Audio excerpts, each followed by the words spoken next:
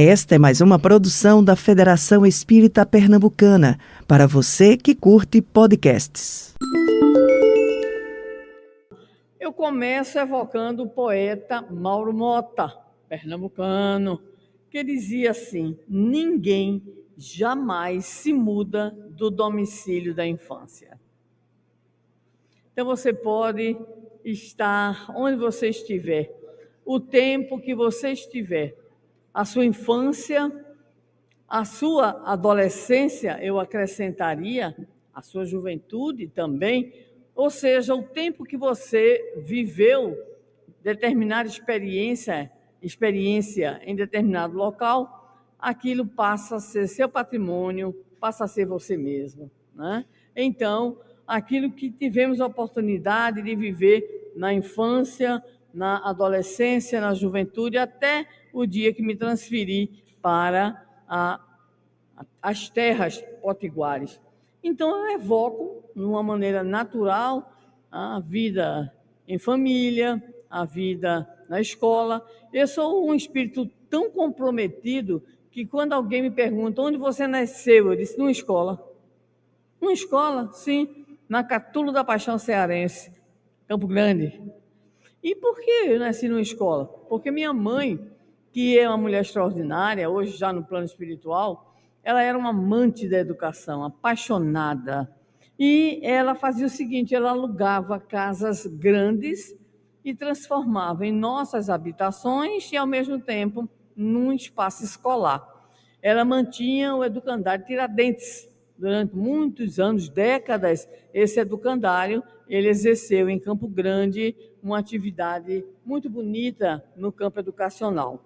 Se dizia que quando uma criança não aprendia a ler, mandava para a mamãe. Então, mamãe era uma alfabetizadora de primeira e recebia com muito carinho aquelas crianças. Então, eu lembro-me perfeitamente das minhas experiências, né, infantis, escolares.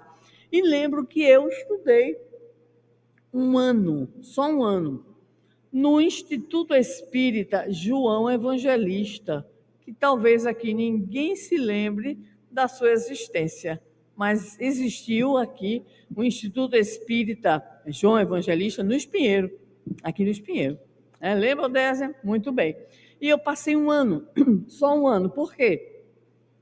Porque quando eu fazia ainda o primeiro ano com mamãe era professora e era nossa professora também. Então, um belo dia, para mostrar que eu não era espírito evoluído, era só espírito abestalhado, eu fui vítima de um bullying muito interessante, porque mamãe passava, logicamente, as lições, naquela época, uns questionários, a gente estudava e coisa e tal. E mamãe sabia que a gente sabia. Então, mamãe fazia as perguntas, né, que era muito comum, tá, naquela época. Então, ela fazia pergunta, perguntava a mim e eu calada. Perguntava a mim e eu calada. Daqui a pouco ela olhou para mim e eu chorando. Aí ela mandou eu sair, pediu para eu entrar em casa, porque era o mesmo espaço físico, e pediu à minha madrinha, Nena, que olhasse o que estava acontecendo comigo. Quando Nena levanta a minha saia, está lá, o beliscão bem bonito que eu levei, de uma amiga minha, já desencarnada, que, segundo me relataram, ela disse o seguinte: se responder, apanha. Eu digo, tá certo. Aí eu fiquei calada, choramingando, que sou uma lesa, né? E aí levei esse bendito desse beliscão que me deixou, né, um problema na perna. Mamãe, então, ficou preocupada e disse assim, vai estudar fora. Foi a única filha, ela disse, vai estudar no Instituto Espírita, João Evangelista. E eu fiz o segundo ano primário nesse local. Mas depois, mamãe disse, volta, porque mamãe não gostou do ensino, voltou. Então, são as experiências da infância. Na infância, mamãe já era espírita, porque minha irmã mais velha, eu sou a quinta, minha irmã mais velha teve tifo. E o médico, que era do interior, de Carpina, doutor Aranha, disse para ela que a medicina não tinha mais o que fazer pela minha irmã. E disse para ela que era filha de Maria, de cordão e tudo, ela tinha tudo. e disse assim: a senhora vá, porque tem um centro espírita. Ela disse: o quê? O senhor está me mandando para a casa do diabo? Ele disse: não, primeiramente não é a casa do diabo, ele era espírita. E, em segundo lugar, a senhora vai se a senhora quiser. Só estou dizendo que a medicina encerra aqui com sua filha e a senhora fica com a decisão. Ela então disse, como toda boa mãe nordestina, pernambucana, do interior, disse: olha, se é para salvar minha filha, até o diabo eu enfrento. Pronto, e foi. E quando chegou lá na tal casa que ela achava que era do diabo, se descobriu médium, de modo que começou a trabalhar, né, na instituição. Minha irmã ficou boa, era a primeira, e eu sou a quinta. Então deu tempo dela se acostumar bem com a doutrina espírita.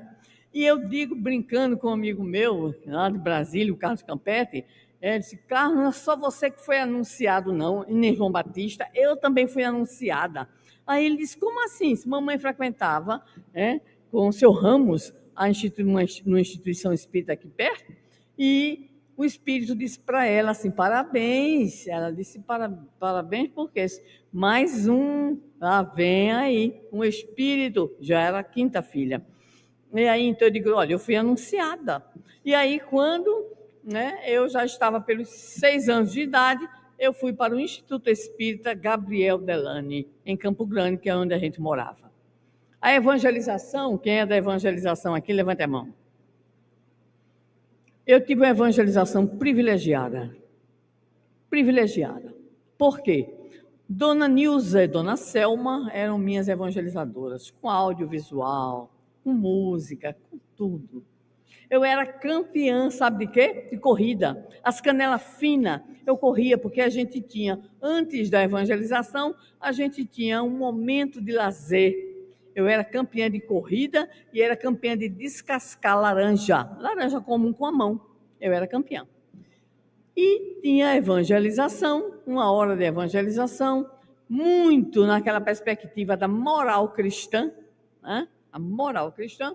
E, ao terminar, nós tínhamos um outro momento de lazer, que era uma mesa que tinha lá, e deve ter até hoje essa mesa imensa lá, que eu dizia que devia ser das mesas girantes lá da França. E a gente brincava de escravos de Jó. Então, eu tive uma evangelização maravilhosa, aproximadamente dos 6, 7 aos 10, 11 anos de idade, quando eu fui vítima, preste atenção, evangelizadores, de um erro pedagógico. Qual foi o erro pedagógico? Muito simples, eles faziam prova. Tinha prova, né? E eu, naquela época, tinha uma memória extraordinária.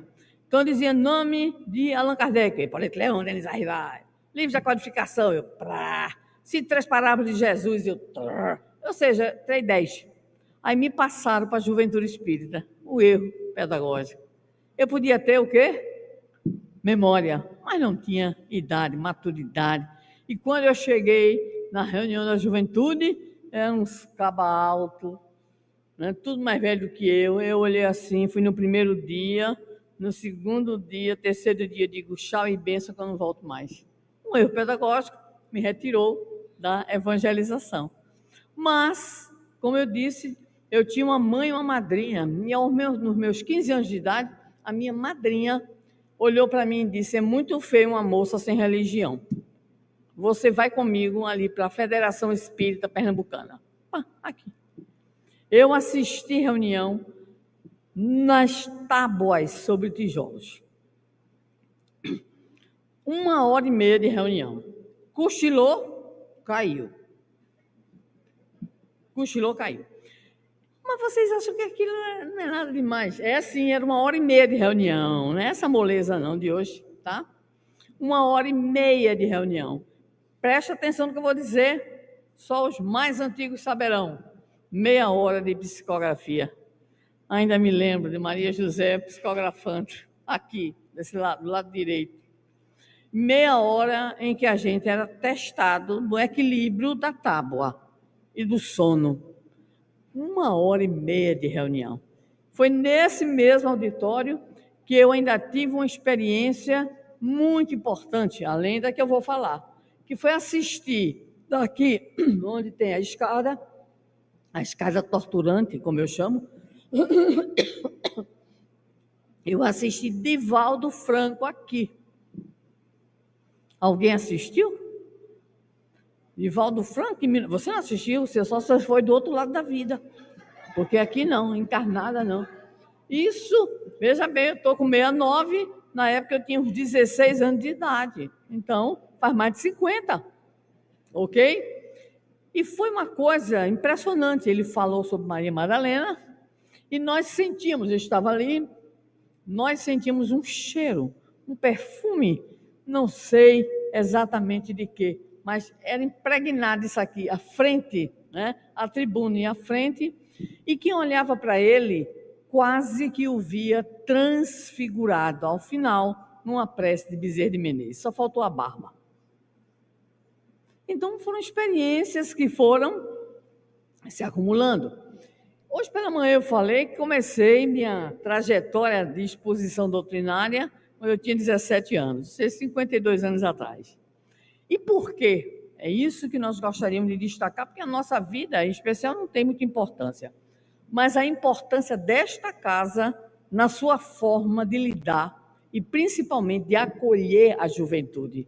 Eu cheguei aqui aos 15 anos de idade, tive como evangelizadora a Sônia Ruda, que está aqui até hoje, e um rapaz muito simpático chamado Arnaldo, que desapareceu, não sei por quê.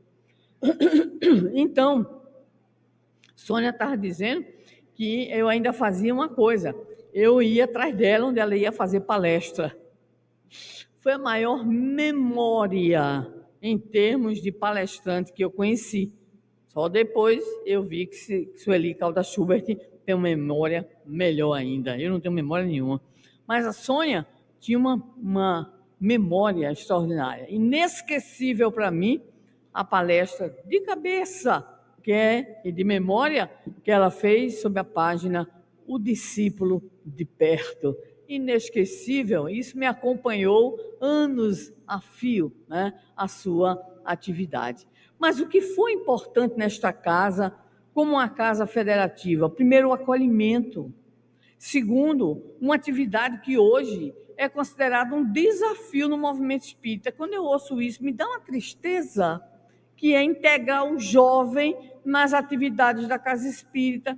Quando eu ouço isso, eu digo, meu Deus, a gente está andando para trás. Porque eu recebi nesta casa todo o acolhimento, primeiro na evangelização, e principalmente porque um belo dia, nesta tribuna, um senhor careca, já me referi a ele hoje, meu querido e saudoso Valdec Atademo, numa reunião domingueira que ele dirigia, ele dizia assim, nós temos evangelização da criança e do jovem. Tal hora, domingo, minha madrinha olhou para mim e disse, domingo você vem. Pronto, eu comecei, né, a frequentar a federação uma vez por semana, nos testes da tábua sobre tijolos. Consegui resistir, nunca caí, tá? E em seguida eu comecei a frequentar a reunião da chamada Mocidade Espírita. E um belo dia, Valdec ainda disse, na sexta-feira, nós temos um estudo diferente, que é uma produção, quem é da área de estudo aqui? É alguma coisa antes do ESD, que era um trabalho muito interessante do professor José Jorge. Ele tinha um trabalho, e esse material foi objeto nosso de estudo. Então, eu comecei a frequentar quarta-feira, sexta-feira, domingo. Aí, quando eu vi, eu já estava em outra atividade. Foi quando o conhecimento dentro do DIGI favoreceu que nós começássemos a nos entrosar nas atividades assistenciais desta casa. Ou seja, antes da maioridade, antes de 18 anos, esta casa já tinha realizado comigo e com quem quisesse uma integração na exposição doutrinária, na evangelização, na assistência social. Olha que coisa importante.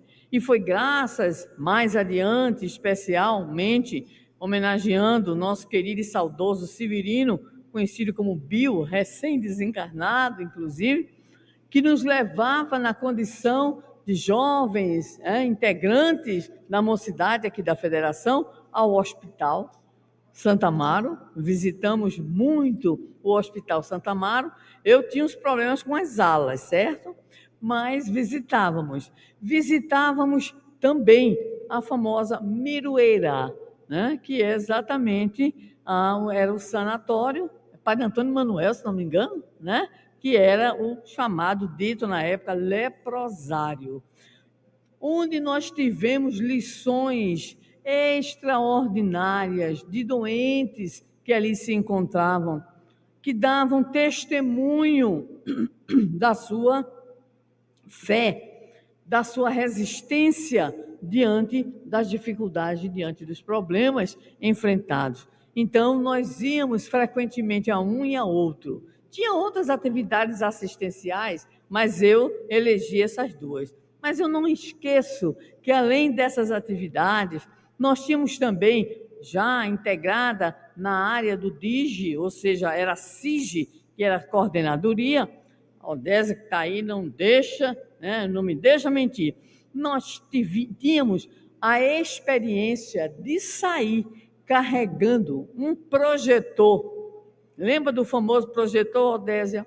Um projetor, está lá embaixo ainda faz parte do memorial, um projetor com filmes de 8 milímetros produzidos pela Sociedade Espírita Leopoldo Machado, e a gente recebia. Só que para projetar tinha que ter uma tela branca e tinha que ter, Giovana, sabe o quê? Os lençóis para tapar a claridade.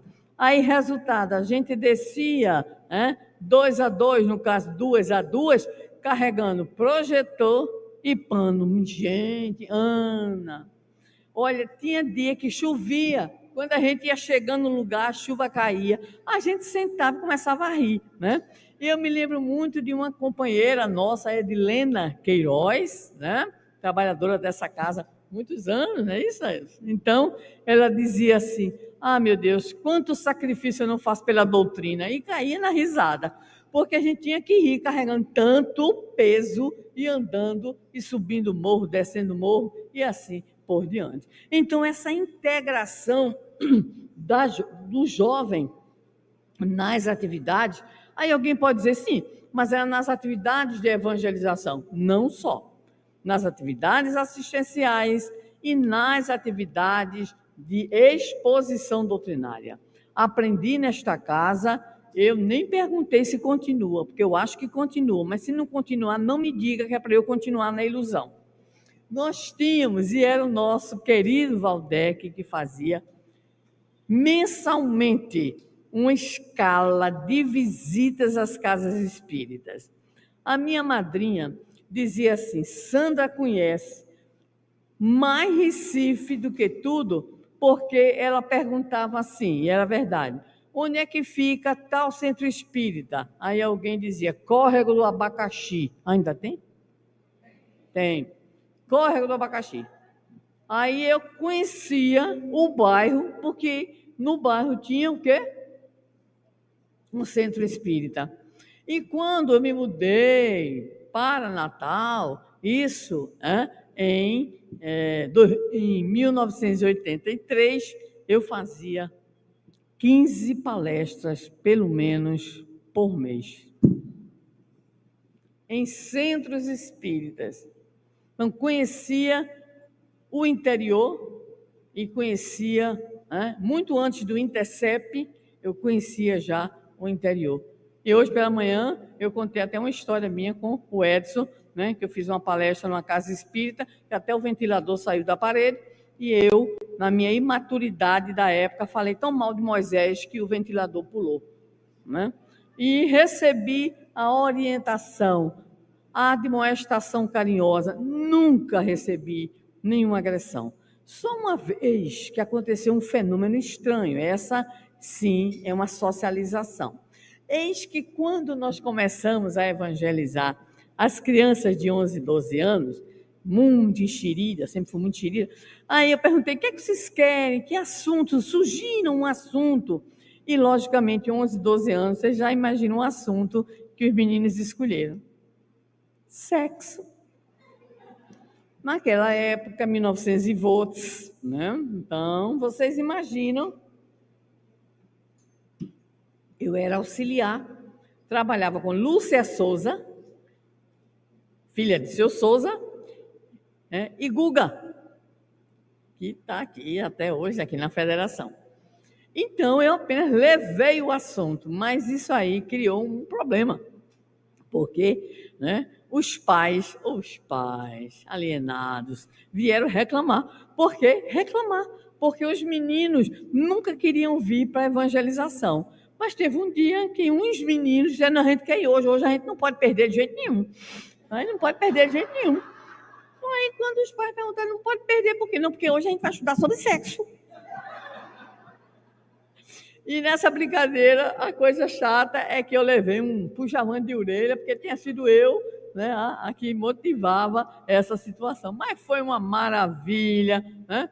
E a gente ainda lembra que havia assim, um grupo muito junto de idade, muitas idades. E na época eu já estava com mais tempo, já estava assim mais espaçosa aqui dentro. Eu sugeri criar um ciclo, que seria o terceiro ciclo de infância que não tinha. Terceiro ciclo de infância, 11, 12 anos. Só que não tinha sala. Eu disse, não tem nada não, aqui no corredor eu evangelizo no corredor. Eu estava contando aqui para algumas pessoas que eu evangelizava, não sei mais quem evangelizava comigo. Eu só sei que quando às 5 horas da tarde, as cigarras decidiam competir comigo. E eu evocava São Francisco para que elas se calassem, e eu tinha vontade de pegar um bodoque e atingir aí, mas eu não fiz, certo? Ficou só na minha mente. Então, instalamos, à época, esse ciclo que era específico, né? Ainda o último ciclo de infância. Mas nós seguimos adiante, e o que nós entendemos que, para nós, foi de uma coisa muito especial, foi exatamente aprender na prática. Estudava, porque aqui duas palavrinhas muito importantes, estudo e disciplina. Estudo e disciplina. Disciplina e estudo, estudo e disciplina. E nos COIs de Seu Holmes, de Valdec e de Edson, não é isso, Odésia? Aí a gente ia adiante, porque fazia qualquer ato assim mais comprometedor, mais estranho, mais espaçoso, já vinha o puxavante fraternal de orelha. Eu não tenho nem orelha de abano, né? E olha que eu andei, né, fazendo algumas estripulias aqui na Federação Espírita Pernambucana, certo? Mas todo mundo me ama e eu amo todo mundo, graças a Deus. Alguns detalhes a gente considera fundamentais nessa relação nossa com a federação e com tudo aquilo que aqueles que estavam nas coordenações nos possibilitavam. Então, por exemplo, nós encontramos a preocupação constante com a fidelidade doutrinária. Daí, o nosso Edson puxar minha orelha, você foi consultar que livro para fazer a exposição, era nesse nível. Então, a preocupação com a fidelidade doutrinária. A palavrinha importantíssima também, que é exatamente disciplina na tarefa. Hoje, as casas espíritas passam por uma situação muito complicada. As pessoas são voluntárias, claro, né? Então, como voluntárias, obviamente elas estão dando o seu tempo, a sua energia, não é verdade? Mas elas pensam que porque é voluntário, vai se quiser. Vai quando quer. E não é assim. E nós aprendemos a ter aqui, nesta casa, a disciplina na tarefa. Você se comprometeu em visitar quantas vezes eu e os outros companheiros também visitávamos casas espíritas gripados, febris. Por quê? Porque não dava tempo de fazer substituição. Então, a fidelidade doutrinária e a fidelidade à casa. Falando em casa, né, é imprescindível lembrar que nesta casa nós aprendemos a ter um amor profundo pela Federação Espírita Brasileira. Desde cedo, tanto é que a FEB, estão aqui, né? A nossa Cristina, o nosso Washington, a FEB tem a certeza, não é assim, acha, mas tem a certeza da nossa, vamos dizer assim, né? Fidelidade a Kardec, a Jesus, mas também o nosso compromisso com a Federação Espírita Brasileira. Sempre tivemos essa atitude. Isso fez com que a FEB sempre tivesse esse olhar, vamos dizer assim, as suas diretorias sempre tivessem esse olhar de carinho, de respeito, de companheirismo com a Federação Espírita Pernambucana. Mas foi exatamente, né, nessa possibilidade de atividade junto com a Federação Espírita Brasileira que tivemos a chance de conhecer alguém que tinha uma profunda admiração pela Federação Espírita Pernambucana. Estamos falando da professora Cecília Rocha, o ícone da evangelização espírita infanto-juvenil.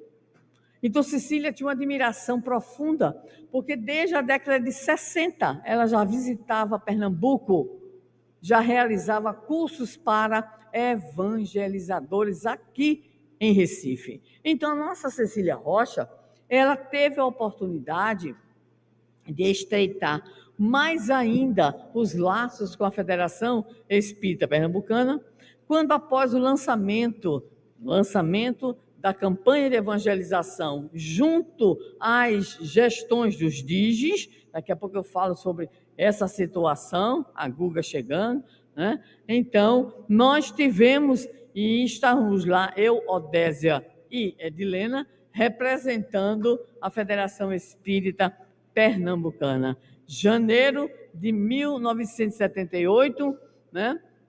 Na Barra de Piripiri, em Salvador. E ali, 10 dias de curso. Ana, hoje, para juntar 2 dias esse povo, a gente tem que fazer promessa para todos os santos orixás, os deuses, as divindades, de tudo, céu, terra, mar, porque o povo, difícil para a gente juntar uma tarde, um dia todo. Naquela época, eram 10 dias. A gente se organizava, tirava férias para ir para, né, o evento, não é isso, querida? Então, hoje, só Jesus, e tem que procurar qual é o santo das causas impossíveis, que eu não sei qual é, tá? É quem? Santa? Santo Expedito? Então, Expeditozinho, meu filho, você entre em ação. Então, a Federação Espírita Pernambucana esteve com todas as federativas na época, tá? Nesse grande encontro em Salvador. E ao retornar aqui, nós trazíamos, lembra, Odésia, um plano de trabalho. A gente já chegou em janeiro, quando foi em março, a gente já estava implantando todas as atividades, inclusive com cursos, né? E com reuniões de estudos, grupos de estudo e assim por diante. E a nossa Cecília Rocha, ela então gostava muito, né? Sempre teve muito carinho por todos nós e por todas as pessoas, mas ela via a empolgação, né, do grupo da Federação Espírita Pernambucana. O que acontece? Em 1979, né, em junho ou julho, não sei, em Assis, junho ou julho, eu não sei, ou junho ou julho, de 79, nós íamos participar, no caso, no Rio Grande do Norte, porque o Rio Grande do Norte foi o primeiro estado que se prontificou a realizar um grande encontro de evangelizadores do Nordeste. E aí, na época, lá vinha Cecília Rocha. Obviamente não veio do cavalo, dos Pampas, nem de trem, nem de carro, nem de ônibus, veio de avião. Quando o avião, né, sobrevoava aqui, Pernambuco, ela teve o começo de infarto. E o avião desceu. Ela ficou internada numa clínica em Boa Viagem. Só que iria começar o curso, aí já não era mais 10 dias, já era menos tempo. Aí E lembro-me, e gostaria de registrar isso, principalmente a Aninha e o pessoal do DIG, para, né, ficar na história. Eu lembro que eu recebo um telefonema numa quarta-feira à noite, dizendo que eu viesse urgente para a Federação Espírita Pernambucana. Eu cheguei aqui, vim correndo, disseram assim, não sério não que você suba. Eu não subi, eu sou obediente. Quando eu subi, eu vi nesta tribuna Maria Cecília Paiva, a nossa veneranda Cecília Paiva, que havia descido com a Cecília Rocha, que ficou hospitalizada, aqui recebendo de Bezerra de Menezes a mensagem evangelizar, que eu, durante muito tempo, guardei a original. Mas não me perguntou onde está não, porque eu não sei. E ela psicografava aqui o nosso Bezerra de Menezes. Ao término do século XX, o século chamado das luzes, estamos convocando os obreiros de boa vontade para a tarefa divina de evangelizar. E eu, que coisa linda, maravilhosa. Quando chegou no fim, ela disse, Sandra, pois não. Cecília Rocha teve um infarto. Ela nunca aceitou que teve, mas ela teve um infarto. Está na clínica tal. E nós temos um problema, porque nós vamos para o Rio Grande do Norte, Natal, fazer um curso. Eu digo, sim. Pois é. Eu digo, sim. Pois é, o quê? Pois é, você vai substituí-la. Como? Aí eu incorporei a irmã Galinha, porque eu fiquei cacarejando. Como é? Você vai substituir Cecília Rocha. Você é professora? Eu digo, sou. E aí? Pois é, você vai substituir a nossa irmã Cecília Rocha na didática, no currículo. Eu digo, fala-me que Jesus. E quando é que é isso? Não é para amanhã. No mais tardar, sexta-feira, você chega lá em Natal. Além disso, tem uma colega aqui de senhor chamada Odésia, não tem? Eu digo, tem, ela vai também. Eu digo, que maravilha! Pelo menos o sofrimento não é solitário, o sofrimento é compartilhado. E Odésia foi dar as aulas de literatura, porque a moça, né, do Rio Grande do Sul não conseguiu embarcar. Tudo aconteceu. Então, essa relação de compartilhamento, cumplicidade, companheirismo, sempre. Cecília Rocha, Federação Espírita Pernambucana, também depois Federação Espírita do Rio Grande do Norte. E assim nós seguimos. Vejam bem, quando nós temos essa experiência junto à Federação Espírita Pernambucana de acolhimento e de integração, além de tudo isso que eu disse que nós aprendemos, há um destaque que temos que fazer em duas situações. Primeiro, a situação de cuidado com as casas espíritas. Sempre. Desde que eu pisei nesta casa, sempre senti da sua direção, das suas múltiplas direções. Conheci depois o Brastete, o Júlio Alves, o Valdec na presidência, o Edson na presidência, a Sônia na presidência, a Cristina na presidência, a Edna na presidência, né? Então, agora o Washington na presidência. Sempre senti essa preocupação com as casas espíritas, porque isso representa a grande finalidade de uma federação. Quando foi criado o Intercep, ainda lembro, não estava mais aqui, mas foi criado o Intercep, né?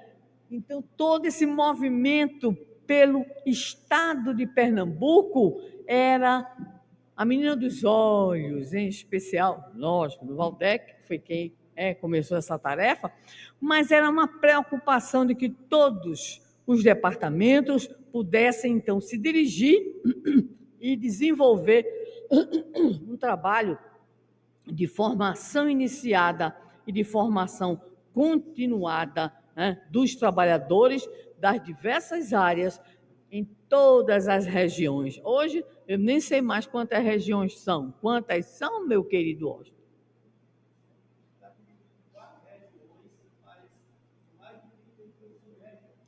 4 regiões. Ele fez assim, viu, gente? 4 regiões. Mas a gente perdoa, a gente entende, né? Subdividida em 32 sub-regiões. Exatamente.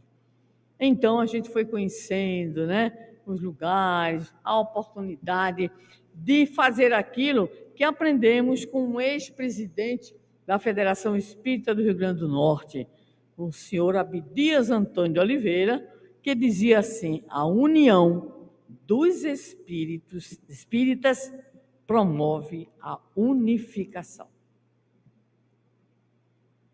Se nós formos desunidos, não existirá jamais o trabalho da unificação. E aquele que está hoje na tarefa da unificação, vou dizer uma frase do meu querido amigo Nestor João Mazzotti, ex-presidente da Federação Espírita Brasileira: o trabalhador da unificação é aquele que mais sofre. Porque sofre a incompreensão, porque quer costurar as divisões, as dissensões, as desuniões, porque quer finalmente que haja de fato entre todos esse espírito de união, de concórdia e de congraçamento.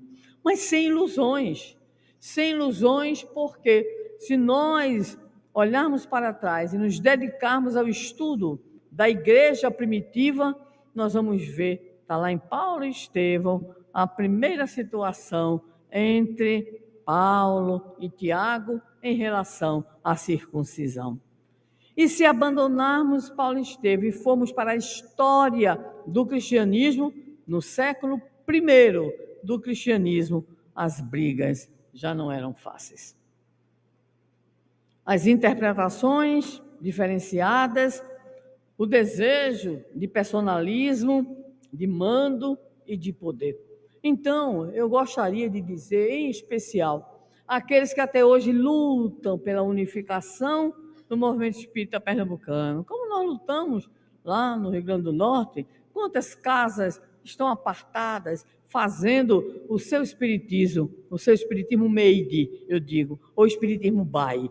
Made é feito no lugar e by é feito pela pessoa, né? Então, como a gente ainda tem essas problemáticas no movimento espírita nacional, diria, recordando meu querido amigo Nestor Mazzotti, o trabalhador da unificação é aquele que mais sofre, porque provavelmente é aquele que um dia lançou discórdia. Provavelmente é alguém que um dia não soube fazer, né, da sua vida um exemplo de união, de superação, de perdão, como nós vimos pela manhã, para o quê? Para irmanar, para podermos seguir adiante como um grande feixe de varas. Aprendi, por ocasião de uma reunião mediúnica lá na Federação Espírita do Rio Grande do Norte, quando um espírito infeliz fez uma declaração que foi uma verdadeira lição. O que foi que ele disse? Quando, naquele diálogo com o espírito se vai, e aí tentando demovê-lo das ações, o espírito olha e diz assim, vocês espíritas têm mania de dizer assim, né? Nós somos um feixe de varas, e o feixe de varas não se quebra, tá certo? Ditado, tá certo? Tá ou não tá? Tá. Hein, Emily? Tá ou não tá? Tá. Mas o espírito sabido, porque o espírito obsessor é sabido. Não brinca com ele não, porque ele é esperto. Pois é. Não, né? Não dá para destruir, não dá para quebrar, mas dá para queimar. Gostou, Jailson? Dá para queimar. Dá ou não dá? Dá. E queima no fogo das nossas paixões, da nossa intolerância, no nosso orgulho, no nosso egoísmo, na nossa vaidade. Então, não tenhamos ilusões, sigamos adiante, fazendo o que é possível, sempre cuidando da casa e sempre lembrando que só se faz unificação com união. Então, esta preocupação que esta casa sempre teve, no sentido do cuidado das casas, né? De visitar as casas, de aproveitar, porque este amor que pessoalmente tenho pelo trabalho de unificação, eu aprendi nas visitas às casas espíritas. Lá ia eu com o Valdec, lá ia eu com Sônia, lá ia eu com Edson. Então, esse contato com os irmãos, aprendendo os bairros de Recife pelas localizações das casas espíritas, o contato com abnegados irmãos e abnegadas irmãs que doavam a sua vida pelo trabalho. Nunca esqueço. O lugar acho que é Jaboatão dos Guararapes ou é perto. Tinha um casal, há muitos anos atrás, não me lembro, que se empolgou com o trabalho da evangelização. Mas só tinha eles dois. Só eles dois, como trabalhadores da casa espírita. Sabe o que eles fizeram? Era na casa deles que funcionava. No sábado, de 8 a 8h45, era um ciclo de infância, um jardim. Eles descansavam 15 minutos, bebiam água, tomavam um cafezinho, iam no banheiro. 9 às 9h45, primeiro ciclo, ou segundo, não sei exatamente, descansavam. 10 horas, outro ciclo de infância. Eles respiravam e voltavam. 11 horas, eles então faziam evangelização da juventude. Nunca esqueci, na minha vida, desse exemplo de dedicação e de sacrifício. Então, caminhar pelas casas espíritas, levando também a mensagem, obviamente, né? A gente ia, fazia palestra, né? A gente então aprendia com essas almas abnegadas o sentido da palavra servir. Isso tudo representa para nós que estamos sendo envolvidos, que estamos sendo engajados, né? Ou como diria nossa Miriam, aprendendo português daqui de Recife, encangados.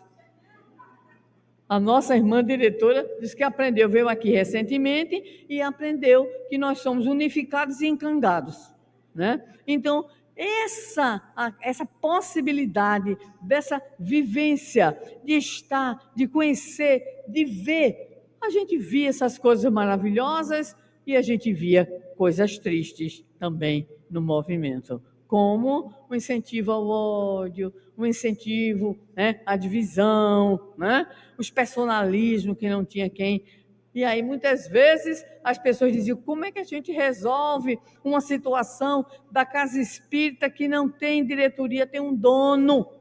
E aí, na minha maneira meio irreverente, eu dizia, orar para que desencarne. Aí o pessoal se escandalizava, né? Como assim? Tem que orar. Senhor, leva, porque ele está se comprometendo. Ou ela, leva, Senhor. E aí... E que mais? Ele impedir para que não retorne como mentor espiritual, porque aí a desgraça vai ser completa. Então desencarna. Então essas experiências que o movimento vai nos proporcionando, vai lenta, mas progressivamente nos ajudando exatamente a amadurecer. Nós também gostaríamos de destacar o estímulo permanente à leitura na nossa juventude. Aquela reunião que é um teste, não sei se ainda tem, aquela de 2h30, tem? Tem, né? 2h30, quer dizer, eu tenho 50 anos, então deve ter uns 100, tudo bem. Então, havia uma espécie de atividade, não um clube de leitura, mas era uma atividade de leitura. Eu me lembro, né, que aí a turma pegava forte. E foi graças a esse bendito desse grupo que eu escolhi o livro mais fino que tinha, só por zero, né? Me deu um fininho aí.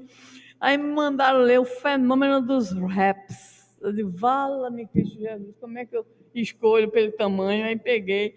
E era assim. Então a gente tinha contato com a obra, o livro. Passava aqui ainda há pouco, ainda vi biblioteca, ainda tem. A livraria linda, maravilhosa, biblioteca. Então, era esse também, vamos dizer assim, era essa também uma prática do pessoal para que a juventude, com todo respeito aos mais jovens hoje, né, não esqueçam o velho e bom livro. cheirinho de papel, novo ou velho. Cuidado. Hoje, então, nós estamos diante de uma problemática grave, ChatGPT, IA, e agora? O que é que a gente faz? Não é verdade? Muita coisa boa? Sim, muita coisa boa. Nós temos um amigo, eu e Assis, que decidiu passar a pandemia todinha testando a IA. Mas o sobrinho dele, eu fiz uns elogios a um amigo que levou o material da IA, ele disse, vou conversar com ela. Aí começou a conversar e descobriu que ela ainda estava no Hubble. Não conhecia o James Webb. E ele disse, você não sabe que tem outro telescópio? A inteligência tão educada disse, desculpe, eu não sabia. Achei ótimo. Ele disse, pois procure se atualizar. Deu uma bronca na IA, certo? Não conhecia, não sabia, né, do observatório aí, do todo o trabalho que o telescópio faz. Então, nós temos a certeza de que essas experiências do estímulo à leitura, do acolhimento, da inserção especial do jovem, de oportunizar ao jovem, né, o estudo, mas também a atividade, para mim, pessoalmente, sempre foi o ponto maior da nossa possibilidade de aprendizado, então, nessa casa. O convite permanente que é feito para nós, sob o ponto de vista das orientações, porque integrar o jovem não significa entregar tudo aos jovens, é lembrar com Emmanuel, o jovem pode e vai fazer muito, contando com o quê? Contando com a experiência. Certa feita, para ir finalizando, me pediram para participar de um livro que era assim, perguntas que os jovens fizeram. E eu falei assim, eu vou escrever o quê? Aí eles disseram que me orientaram, mas como eu sou meio desorientada, né? Então eu não prestei atenção. E eles disseram que eu tinha que escrever sobre conflito de gerações. Eu digo, valha-me, eu nunca tive. Eu não tenho experiência para falar sobre isso, porque na minha juventude espírita em especial, eu fui o contrário, eu fui acolhida, eu fui integrada. Eu já estava, ainda antes dos 18, já estava só, né, bombom em boca de velha, já estava animada que só, desenvolvendo tarefas, e segundo alguns, eu queria fazer uma revolução na Federação Espírita Pernambucana. Mas não era, nunca quis fazer revolução. O que eu achava era que alguma coisa podia melhorar aqui, uma atividade ali, uma instalação de um ciclo de infância, depois de um ciclo de juventude. Só isso, né, Odésia? Você me defenda, viu, se alguém me acusar. Então, ok? Essas atividades, elas são fundamentais para que o jovem, ele sinta o quê? A integração que ele pode ter e o compromisso que ele vai tendo no desenvolvimento da responsabilidade. Então, num resumo, eu diria que o que esta casa, para mim pessoalmente, apresentou como grandes marcos na sua história, tudo aquilo que ela fez, mas vou destacar o Intercept, vou destacar a mostra, mas as coisas mais simples, as visitas permanentes aos núcleos, o contato com a base do movimento espírita, os processos formativos em todas as áreas, muito mais acentuado, em especial, no último quartel do século passado. Essa preocupação de formação do trabalhador, a divulgação da doutrina espírita, a inserção da federação nas questões onde ela pode atuar, trazendo a visão espírita, conselhos, né? Associações, aí de fora, e de repente nós entrarmos com a visão que o espiritismo pode proporcionar a esta sociedade materialista, individualista e hedonista. É muito isto, mas é isso mesmo. Aprendemos o quê? O amor à leitura, aprendemos o amor ao trabalho de unificação, aprendemos o amor à Federação Espírita Brasileira, o cuidado com as casas espíritas, aprendemos principalmente que esta casa, ela tanto poderá fazer não só nos seus 121, mas nos seus 130. Assis, que é exagerado, já falou nos 200, né? Hoje pela manhã ele disse 200 anos, o homem, pelo amor de Deus, não chegou nem a 130. Então, o que esta casa precisa, cada vez mais, é de pessoas de boa vontade. É de trabalhadores que estejam para servir. Lembrando com Jesus, está registrado em Lucas, que é o grande lema hoje dos ideais de liderança, quando Jesus diz: estou entre vós como quem serve.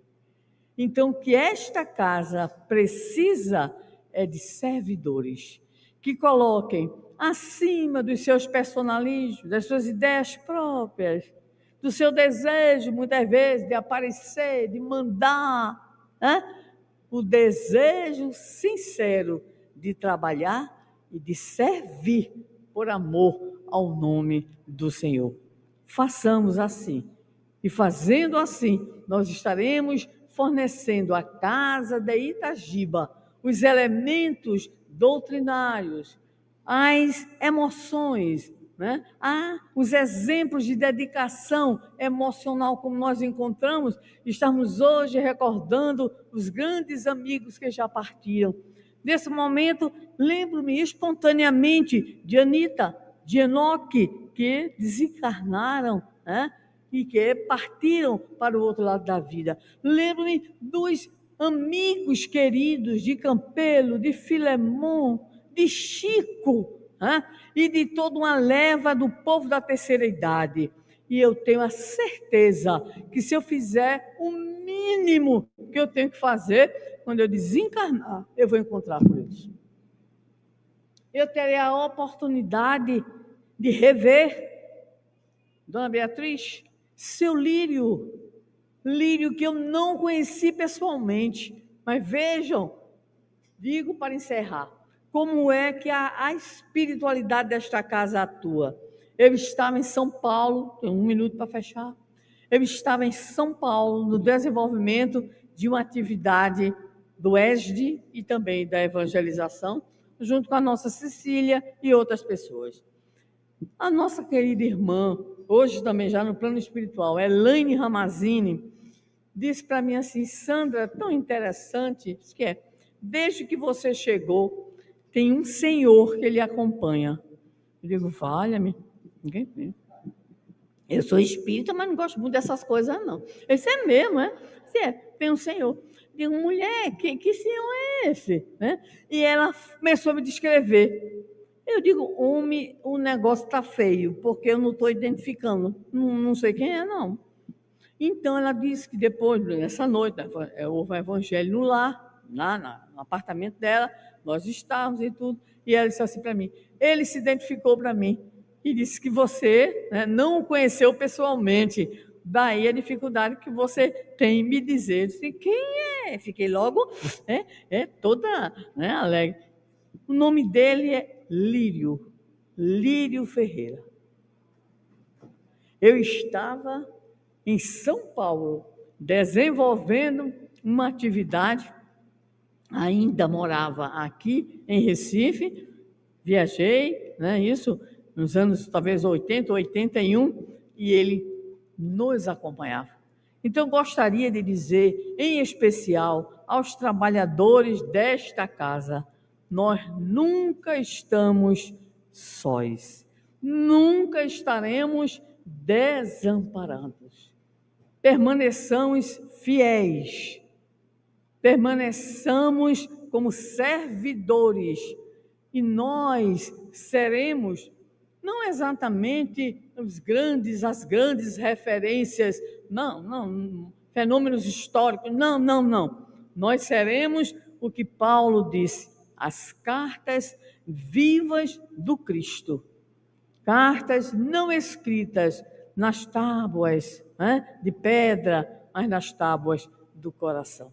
Que Itagiba, que toda a falange de espíritos que coordenam do mais alto esta casa, continue alimentando todos os corações aqui presentes na continuidade das lutas. Nos momentos de dor, de sofrimento, evoquem, orem, peçam a proteção e toda essa falange estará com vocês. Que Jesus abençoe. Grata pela oportunidade. Queridos amigos, boa tarde a todos vocês. Dizer da honra, da alegria de poder participar desse momento, um momento ímpar na minha vida, onde aqui cheguei há quase 30 anos na Federação Espírita Pernambucana, tive a oportunidade de chegar aqui ainda na gestão de Carlos Antônio, depois passar pela gestão de Sônia Arruda, Valdec Atademe, Edina Santos, né? Edson Caldeira e Cristina Pires. Há 12 anos como trabalhador, ocupando uma função e cargo de direção dessa casa, que muito me enobrece pela oportunidade. Embora peço sempre a Deus para que me ajude a me manter como eu fui criado pelo meu pai, sem interesse por cargo, porque quem se dedica ao trabalho do Cristo, assim como meu pai orientou, que deixasse tudo aquilo que fosse de interesse material que pudesse prejudicar a sua caminhada, deixasse de lado e que continuasse servindo, porque nós já somos muito servidos por Deus.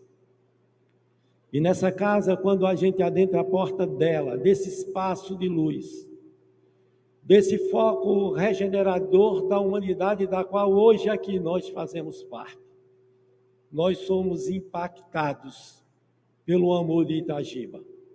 Nós somos impactados por aquele braço forte que nos carrega nas horas mais difíceis da nossa vida, e ele bota no nosso braço, nos consola e nos esclarece.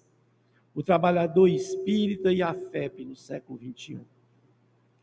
O trabalhador espírita deve ser o trabalhador cristão, que é isso que pelo menos Kardec espera de cada um de nós, que Itagiba espera de cada um de nós.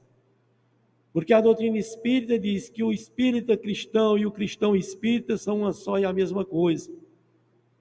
Agora, o que falta de fato é que nós sejamos verdadeiramente espíritas, trabalhando com as mãos arregaçadas, com a mão colocada no arado, sem olhar para trás, sem pregar o desunião, sem ser mentor de discórdia, mas pelo contrário, ser aquele trabalhador que agrega, ser aquele trabalhador que realiza, ser aquele trabalhador que faz.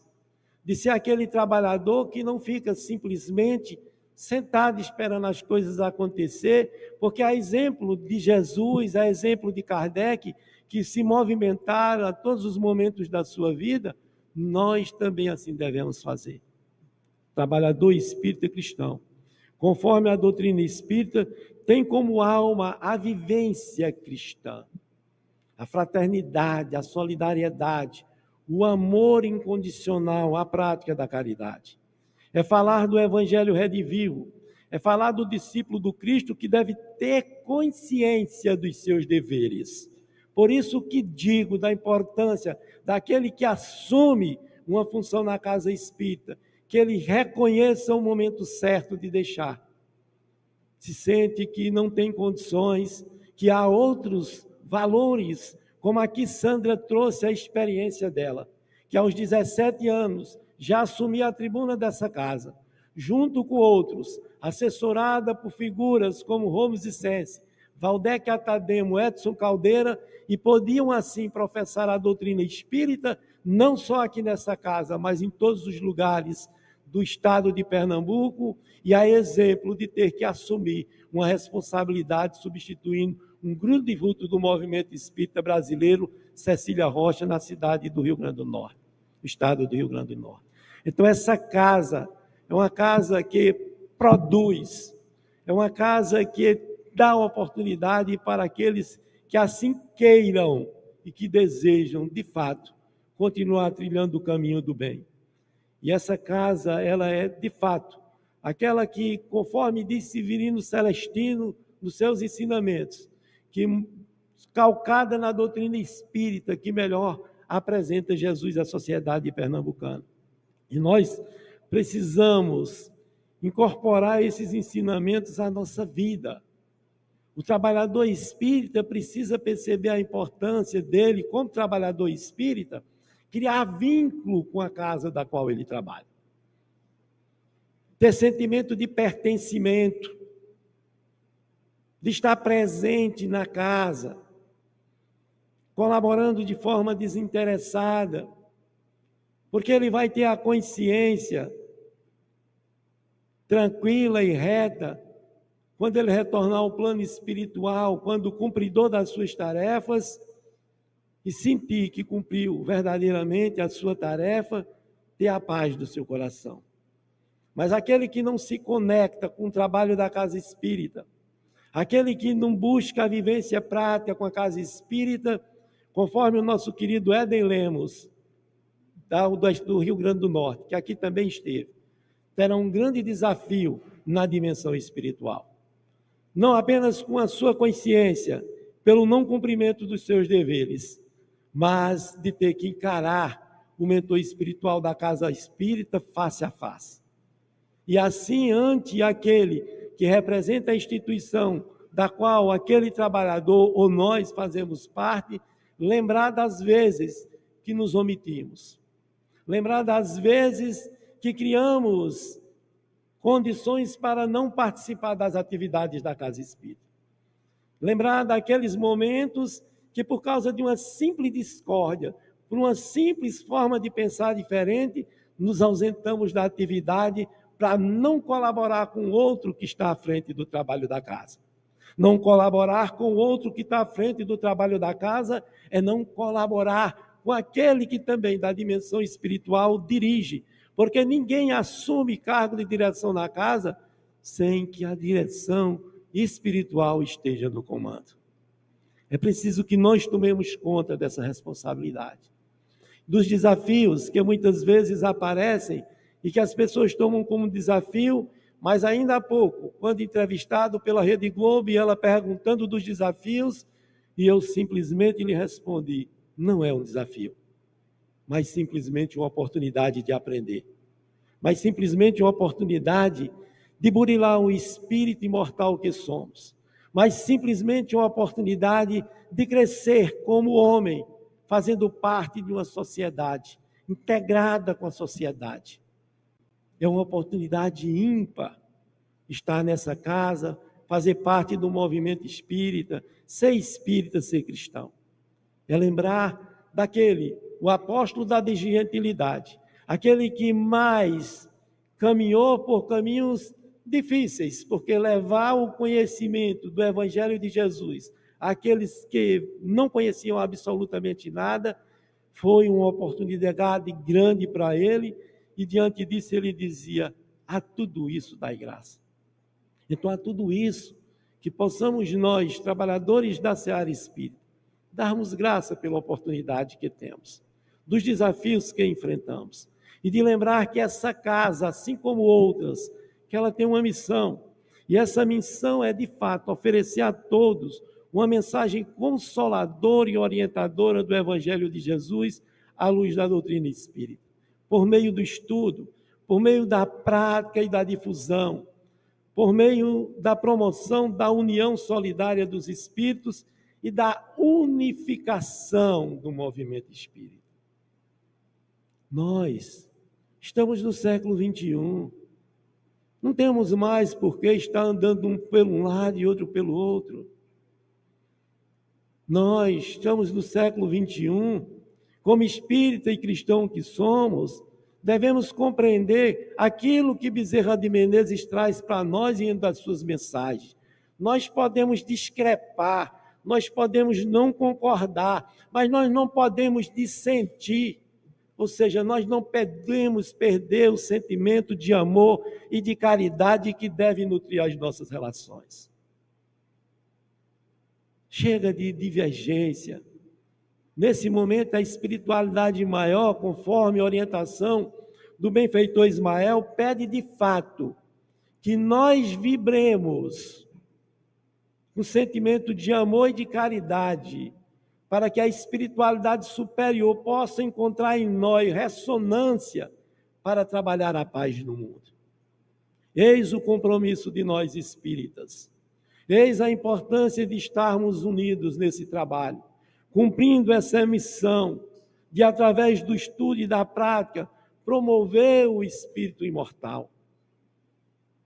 De, através dessa união, vibrarmos com sentimento de amor e de caridade, para que a dimensão espiritual, onde espíritos de uma envergadura bem superior encontrarão esses elementos, para que, trabalhando esses elementos, a paz possa se instalar em nossos corações e, logicamente, nos corações de todos que habitam o planeta Terra. Mas essa casa também tem uma visão de futuro.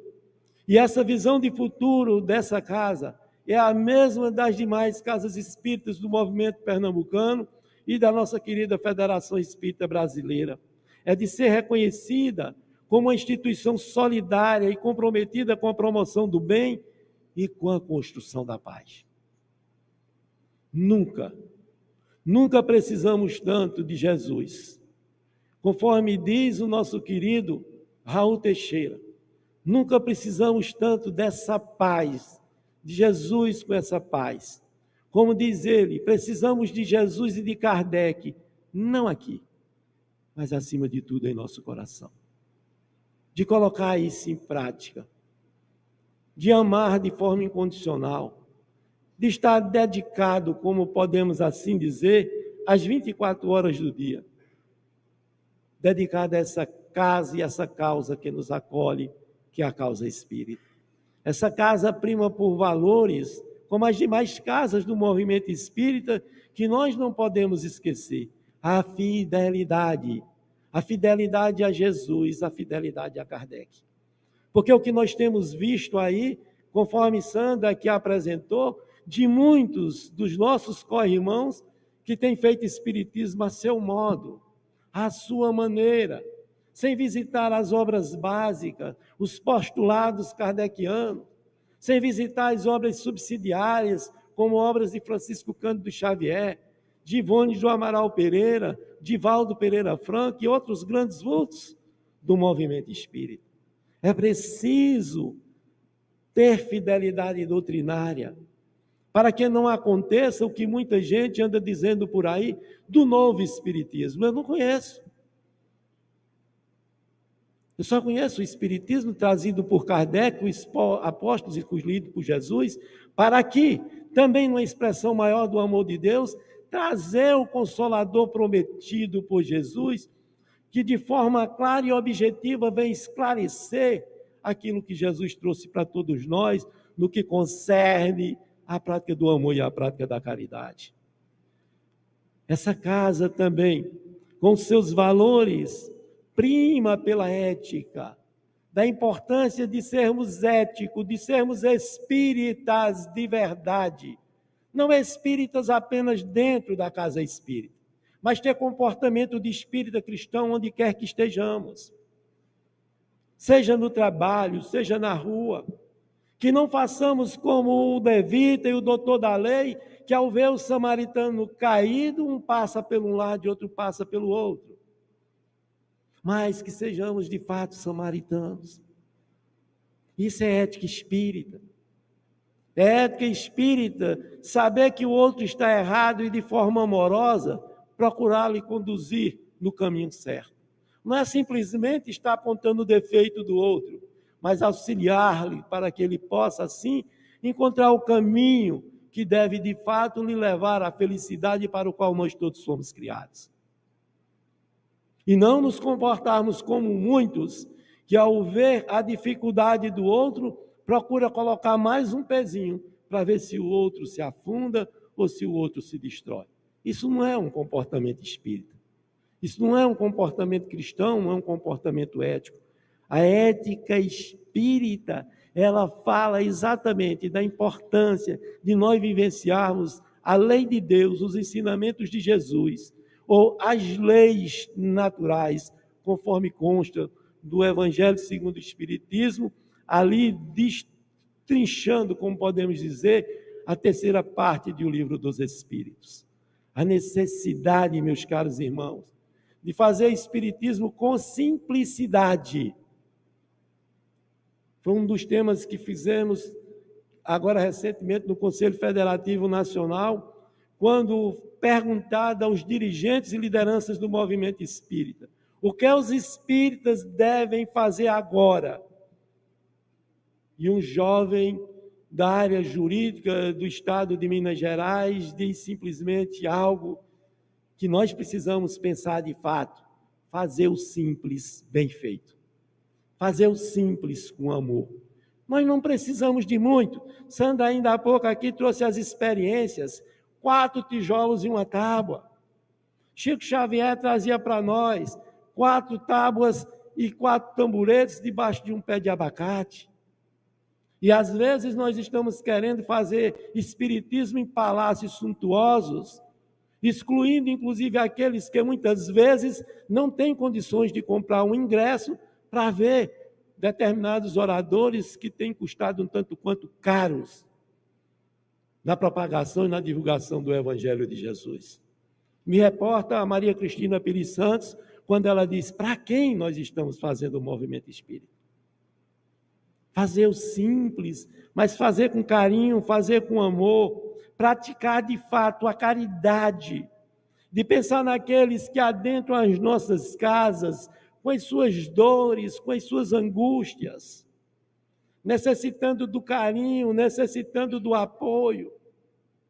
E muitas vezes chega na casa espírita alguém combalido pela dor, onde tenha sofrido, por exemplo, um assédio, um abuso.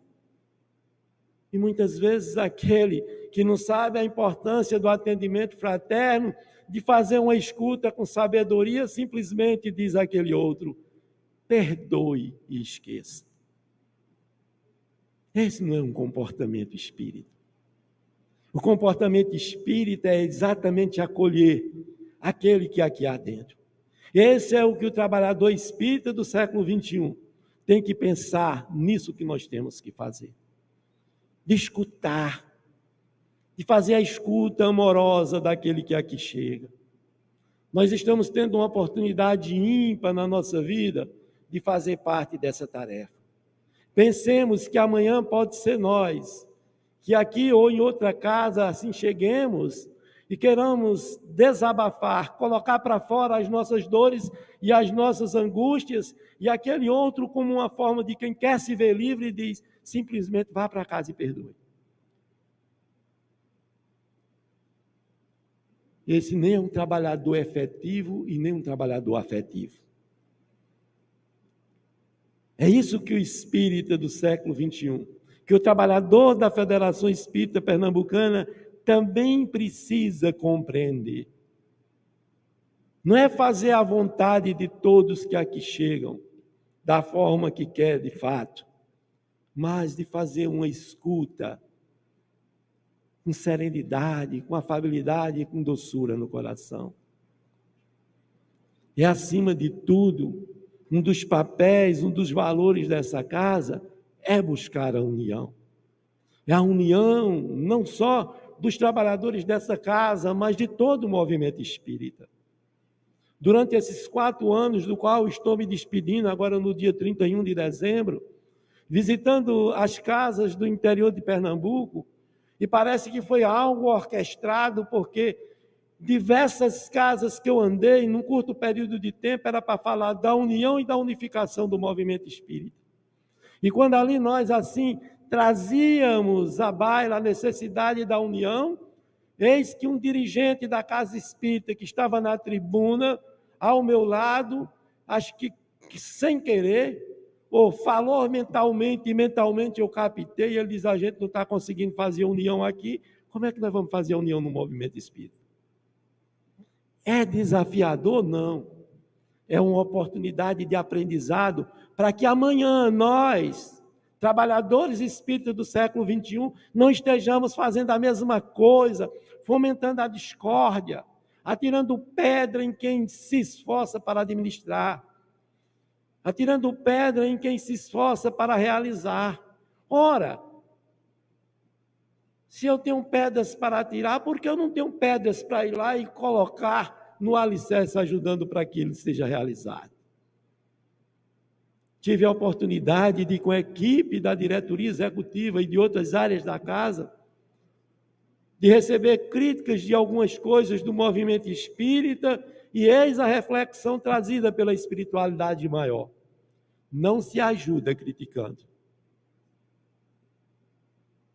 Uma das reuniões mediúnicas de orientação, eles assim diziam: não se ajuda criticando, mas indo lá, fazendo junto, para que eles possam aprender com aquele que sabe fazer.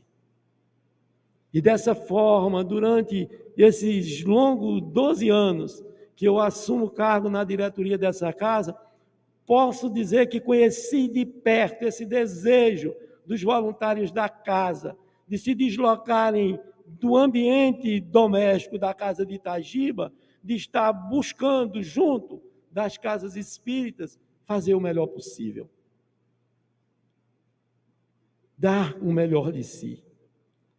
E dentro dessa visão de futuro que a Federação Espírita Brasileira traz, está lá no documento do plano de trabalho algo importante e ímpar para nós, de uma mensagem que está na Gênesis, no capítulo 18, que a nossa visão de futuro deve ser a fraternidade, deve ser a pedra angular da nova ordem social. De ser fraterno, de ser amável, afável e doce, de dar aquilo que nós queremos receber, de achar que, por exemplo, uma casa desse tamanho, ela faz mais e melhor do que outras. Não se enganem. Não se enganem, porque recentemente eu fui a uma casa que fica na ladeira do Giz. E lá aquela casa tinha uma história de um homem analfabeto, uma casa com quase 100 anos, que recentemente a presidente esteve aqui com a gente no CFE. E que ela conta a história, está lá no registro, na memória viva daqueles que lá estavam, de um homem analfabeto, que visitando uma casa espiritualista, recebe uma comunicação, que ele deveria construir um centro espírita. E ele disse: como? Se eu não tenho dinheiro para sobreviver. Assim como Kardec, quando lhe entregaram a missão. Como, se eu sou um analfabeto, o que é que eu vou dizer? Você tem que fazer. E aquele homem faz uma grande casa de taipa, com grandes colunas de madeira que ele conseguiu tirar na mata do passarinho. E ali ele edifica uma casa espírita, onde ele falava o que os outros lhe diziam, mas tinha a preocupação de trazer aqueles que tinham conhecimento, para que pudesse, naquela comunidade, o povo também conhecer o Evangelho de Jesus à luz da doutrina espírita. Não aquele Jesus apresentado por muitos, que inclusive da mídia em televisão, mas um Jesus que de fato tem amor, de um Jesus que é mestre, de um Jesus que é professor, de um Jesus que é médico, de um Jesus que é restaurador.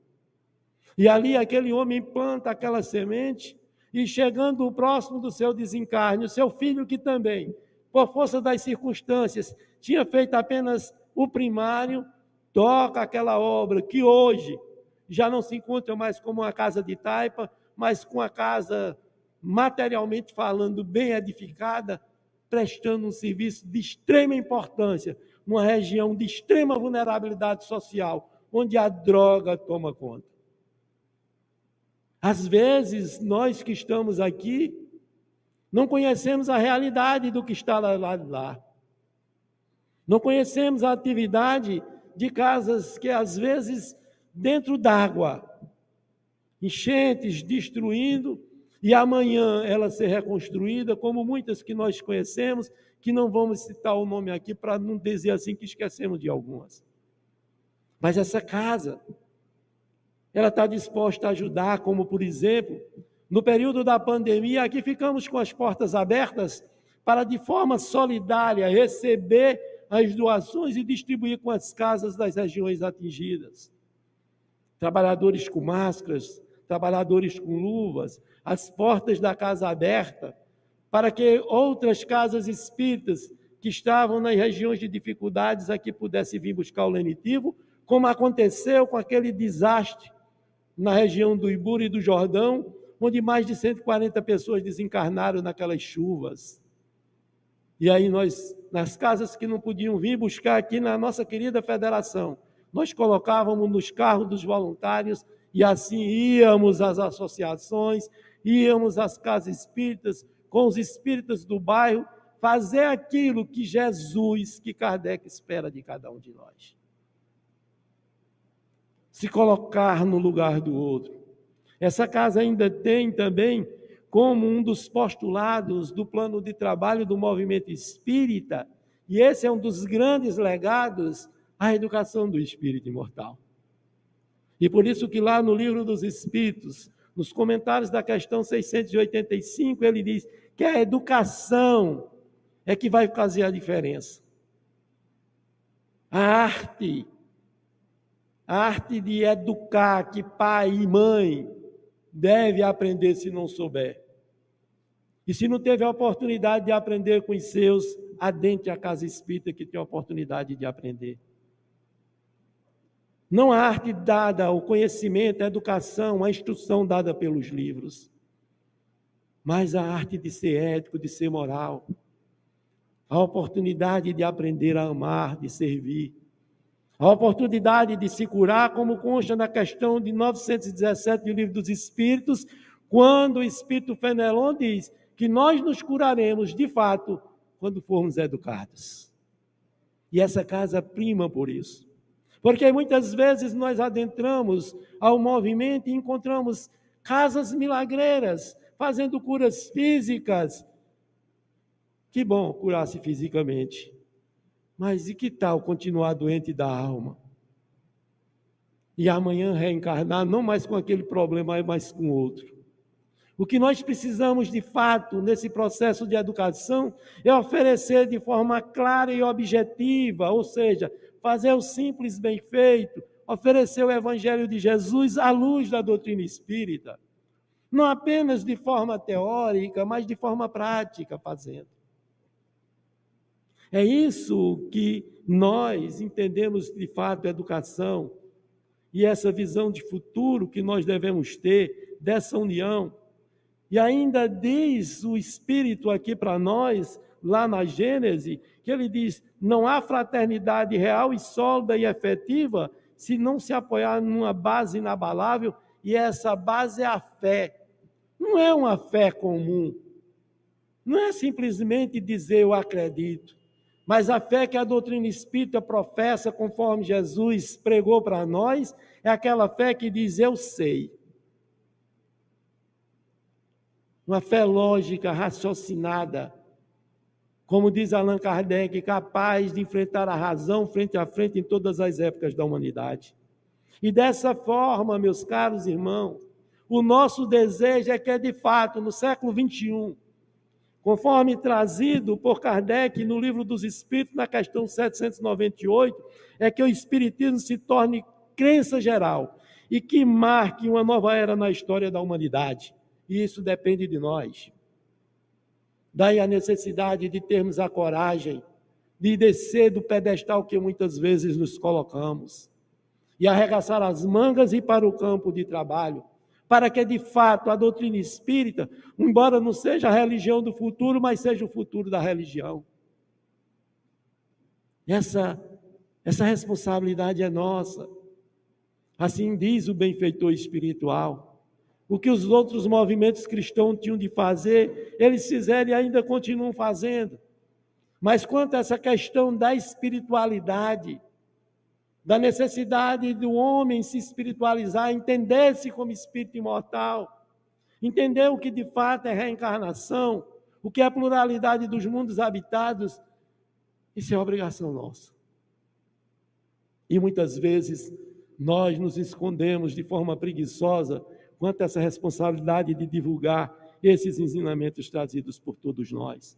A necessidade da educação, de combater o egoísmo, de extirpar esse vício de todos os corações humanos. É por isso que Kardec traz para nós, lá no Livro dos Espíritos, na questão 914, de que à medida que nós, assim, nos instruirmos das coisas espirituais, menos valor passaremos às coisas materiais e assim venceremos o egoísmo. Daí a necessidade de estudar. E tinha a felicidade de fazer parte dessa casa, e assim sei que em outras casas, de primar pelo estudo. Nós aqui do Movimento Espírita Pernambucano, inclusive estamos sendo pioneiros no Brasil, que logo agora vai surgir depois, mas nós já começamos antes, as formações integradas. As áreas participando da formação, sendo sensibilizados para esse estreitamento de laços. Nós estamos sendo pioneiro e, diante dessas propostas apresentadas, a Federação Espírita Brasileira está trabalhando isso para transformar isso numa forma metódica para o movimento espírita, que as formações não podem ser só formação de mediunidade, formação de estudo, formação de infância e juventude, formação de família, formação de área espiritual. Não. Nós precisamos entender que essas áreas se entrelaçam, se perpassam. E essa casa aqui já começou. Mas não começou o ano passado, não. Já começou há quase 3 anos esse trabalho. E esse trabalho está reverberando no movimento espírita nacional. Isso é o resultado daqueles que compreendem o papel que o trabalhador espírita deve exercer no século XXI. Por que só valorizar uma área e as outras? Os mensageiros espirituais dizem que as reuniões mediúnicas de uma casa é o resultado de todas as ações dela. E aí, se a gente só se dedica a fazer formação numa área, não faz nas outras, a reunião mediúnica também fica prejudicada por essa falta desse entendimento. Que bom que fomos acordados para isso, dessa necessidade de mãos dadas, construirmos aquilo que Kardec, que Jesus e que Dr. Bezerra de Menezes traz no plano de trabalho do movimento espírita. De trabalhar de mãos dadas, unidas e unificadas. É o propósito dessa casa, de trazer esse elemento, a educação, não apenas a educação intelectual, porque não adianta eu saber aqui todas as questões do Livro dos Espíritos, capítulos e itens do Evangelho segundo o Espiritismo, do Livro dos Médiuns, e absolutamente não fazer nada com isso. Nós temos verdadeiros catedráticos com relação ao conhecimento das obras espíritas, mas que não estão colocando em prática, não estão indo para o campo experimental, estão dentro de uma redoma de vidro, fazendo parte de grandes eventos, ainda bem que leva e que professa, mas o conhecimento ele só fica de fato efetivo no coração do outro quando você desce e faz com o outro. Ainda ontem, lembrando dos ensinamentos do meu pai, quando eu um garoto de 8 anos, vamos aprender a fazer cerca. Naquele tempo se fazia cerca de vara. E aí você tem que escolher a estaca certa, a vara certa, a profundidade do buraco. E como é que você aprende? Eu vou dizer como você faz e você vai lá e faz. Não, íamos fazer juntos. E é isso que no século XXI nós temos que fazer. Como disse, a participação do espírita na sociedade, que o espírita precisa trabalhar de forma efetiva, conforme Jesus mostrou. O bom samaritano desceu da sua montaria. Mas muitos de nós, espíritas, preocupados mais com a biblificação do movimento espírita, estamos discutindo se era um camelo ou se era um cavalo. E a proposta não é essa. Quando ele diz, desce da sua montaria, desce do teu orgulho, desce da tua vaidade, desce do teu egoísmo.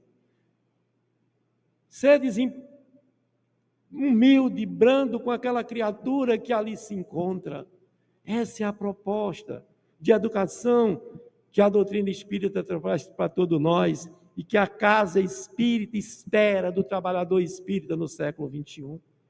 de uma missão que nós temos, de um compromisso que nós temos. A missão dos espíritas está no Evangelho de Jesus, conforme Mateus, no capítulo 16, versículo 15. Ide e evangelizai a todas as gentes. Não está dizendo para você escolher. Não está perguntando se é de direita, se é de esquerda, se é de cima, se é de baixo, se torce pelo Náutico, Sport ou Santa Cruz. Mas está dizendo, ide e evangelizai a todas as gentes.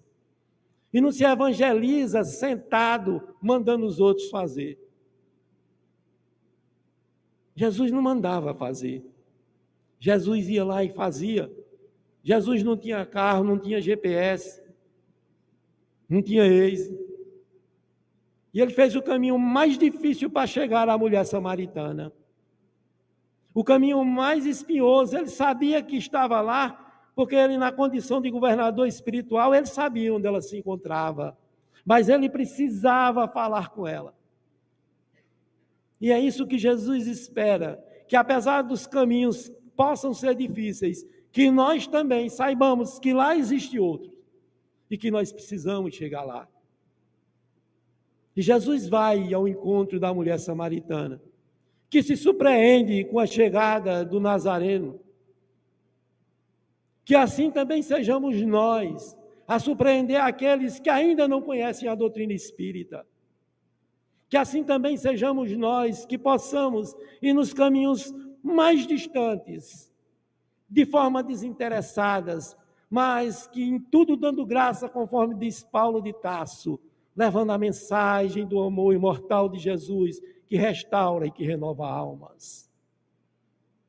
Quão bom é ter essa oportunidade de trabalhar e de ver aquilo que Kardec coloca no capítulo 20 do Evangelho segundo o Espiritismo, no seu item 5, ele diz, vinde a mim todos vós, bons servidores, vós que soubeste impor silêncio aos vossos ciúmes e às vossas discórdias, a fim que daí não viesse dano para a obra.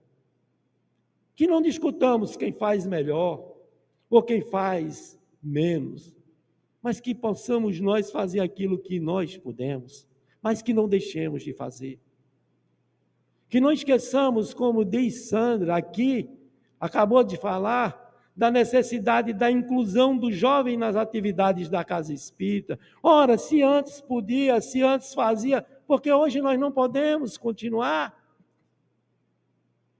Vivi uma experiência ímpar na minha vida, quando numa das segundas formações da área de infância e juventude, tivemos a oportunidade de ir à cidade de Garanhuns.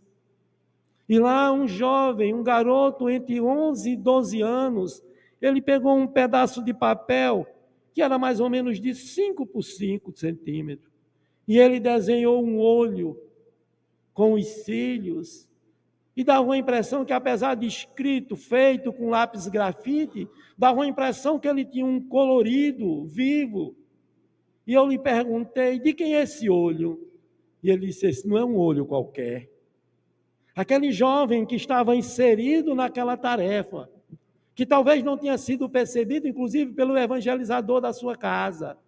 Mas ali ele foi sabendo da oportunidade e do espaço de fala que teria. E eu disse, não é um olho qualquer, assim como? Ele disse, esse é o olho da humanidade. E aí ele não tem um rosto. É o rosto de todos nós. Mas esse olho aqui, ele não tem apenas um olhar para fora. Esse olho deve ter também um olhar para dentro. Onde você já ouviu isso?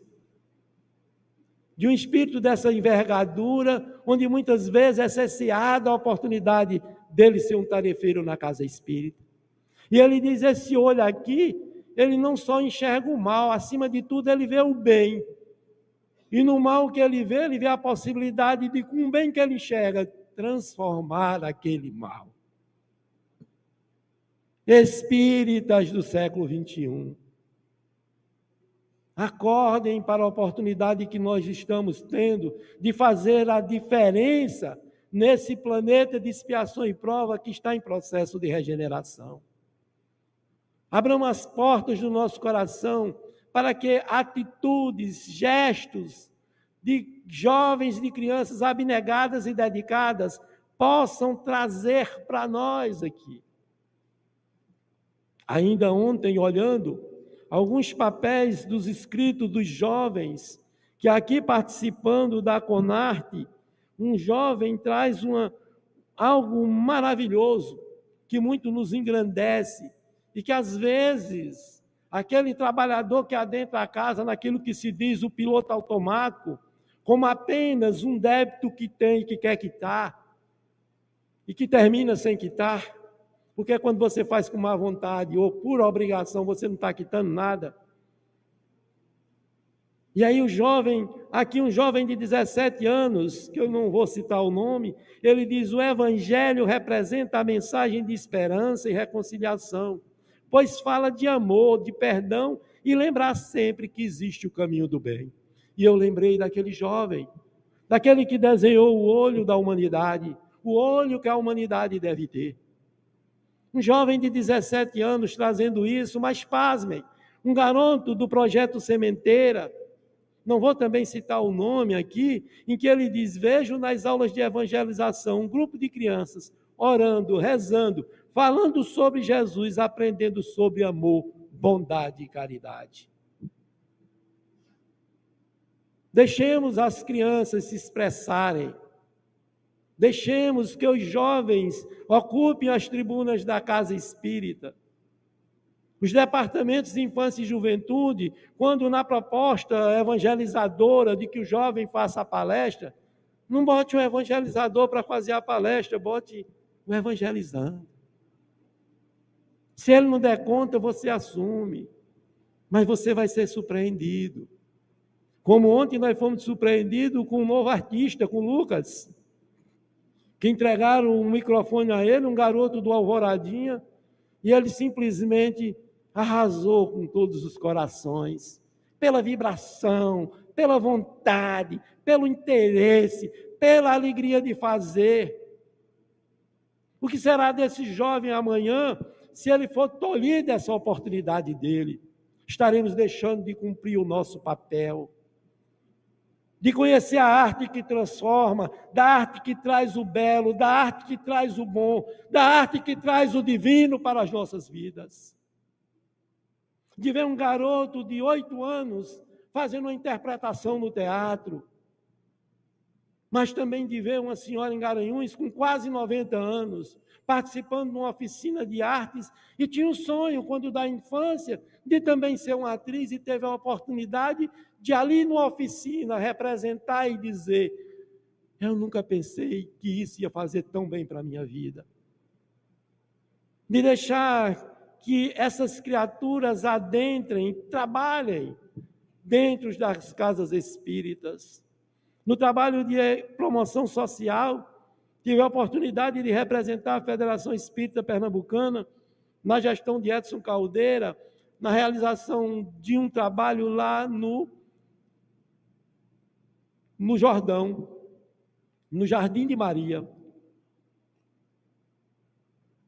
E lá tinha uma casa que fez um coral com várias senhoras. Mas lá tinha uma senhora de 99 anos cantando. Não dava quase para ouvir a voz dela.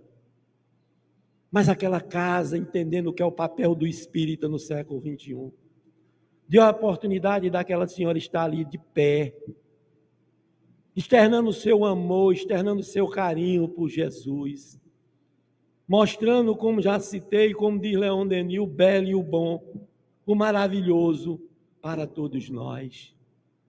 É isso que nós precisamos dar conta da nossa responsabilidade, dar conta da nossa administração, conforme está lá em Fonte Viva, na lição 75, quando nos convida a dar conta da nossa administração, de tomarmos conta da nossa vida, contribuindo, colaborando, realizando aquilo que Jesus e Kardec espera de cada um de nós. Esse é um dos papéis fundamentais, essa é uma das nossas missões, de sermos conhecidos, conforme diz Kardec no Evangelho segundo o Espiritismo, quando ele lá no capítulo 17, de sermos conhecidos pelos princípios da verdadeira caridade, que devemos ensinar, mas acima de tudo praticar. Se nós queremos ter mais espíritas, ou preocupados, como muitos tinham aí, estavam acontecendo, que a quantidade de espíritas tinham diminuído, quando de fato a gente sabe que as coisas não são bem assim, mas muitos de nós ficam em casa, esperando que o outro faça o trabalho sozinho, quando a gente pode ficar. A porta da nossa casa é o cartão de visita da sociedade. Como você está acolhendo o trabalhador da sua casa? Como você está acolhendo aquele que adentra a sua casa? Eu conheço uma grande atendente fraterna aqui. Ela não está nas cabines. E eu quero aqui fazer uma homenagem a Maria Caldas, que fica aqui o dia todinho e todo mundo que chega é na porta de entrada, com a sua alegria, com a sua vontade de ajudar. Não é uma catedrática, mas é uma catedrática no amor, no carinho com que acolhe aqueles que aqui chegam. Entre outros, há outros, mas eu trouxe ela como referência, porque, desculpa, eu vou expressar, Maria tem 80 anos, e quase todo dia, Maria só não está aqui, quando ela não pode, porque quando ela dá saudade, na quinta-feira, que é fechado, Maria vem almoçar na federação. Isso é amor.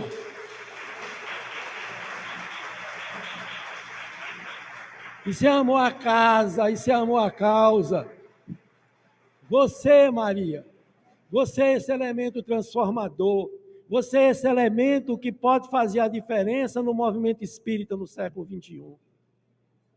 E de tantos outros que por aqui passaram, e de tantos outros que da dimensão espiritual continuam velando e trabalhando para que a obra de Jesus, de fato, se implante na terra onde nós ainda não conseguimos ter essa prática, de ter essas discussões.